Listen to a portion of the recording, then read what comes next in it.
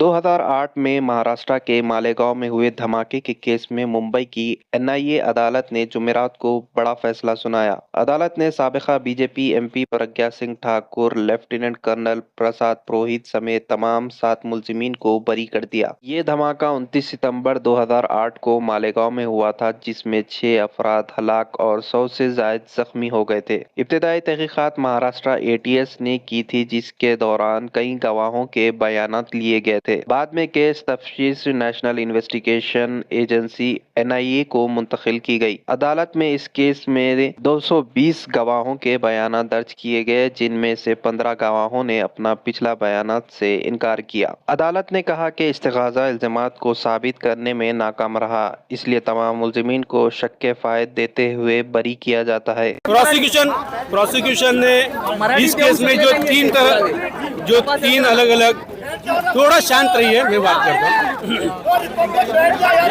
जो 3 अलग अलग चार्जशीट इसमें फाइल हुई है, एटीएस की चार्जशीट, सप्लीमेंट्री चार्जशीट और एनआईए की सप्लीमेंट्री चार्जशीट, तो प्रोसिक्यूशन ने कोई भी स्ट्रॉन्ग एविडेंस में दे नहीं पाई। ऐसे आज कोर्ट ने आज फैसला सुनाया है।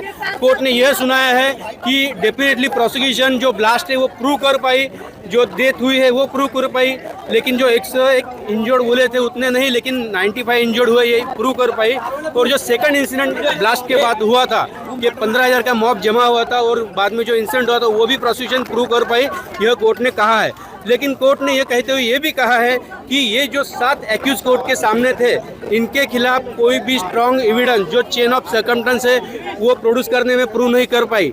जो अभिनव भारत का जो कनेक्शन है, तो कोर्ट ने कहा कि अभिनव भारत का जो कनेक्शन प्रोसिक्यूशन ने जोड़ने की कोशिश किया है, तो अभिनव भारत जरूर था, उसके ऑफिस बेरर थे, लेकिन उसमें का कोई फंड यह टेरर एक्टिविटीज के लिए यूज किया है, ऐसा कोई प्रोसिक्यूशन प्रूव नहीं कर पाई, ऐसे कोर्ट ने कहा है।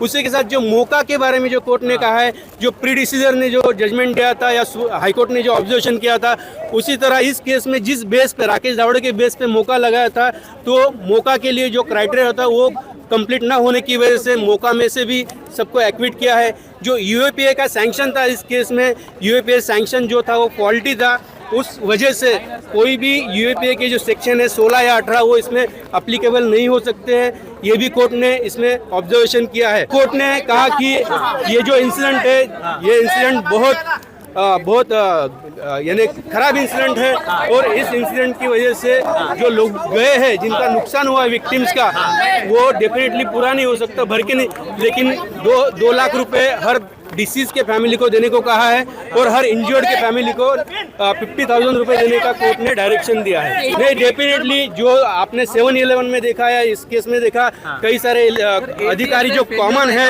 इस बारे में हमने पिटीशन भी फाइल की है, जो इतने साल हमारे सब लोगों के बर्बाद हुए हैं, और उस वजह से अभी उस बारे में हम एक्शन लेंगे। कोर्ट ने यह भी कहा है कि जो एक एटीएस अधिकारी चतुर्वेदी के घर में आरडीएक्स प्लांट करते हुए देखा गया, उसके बारे में भी कोर्ट ने उसमें ऑब्जर्वेशन किया है, और डिटेल इसमें जब जजमेंट आएगा तब और बात कर सकते हैं।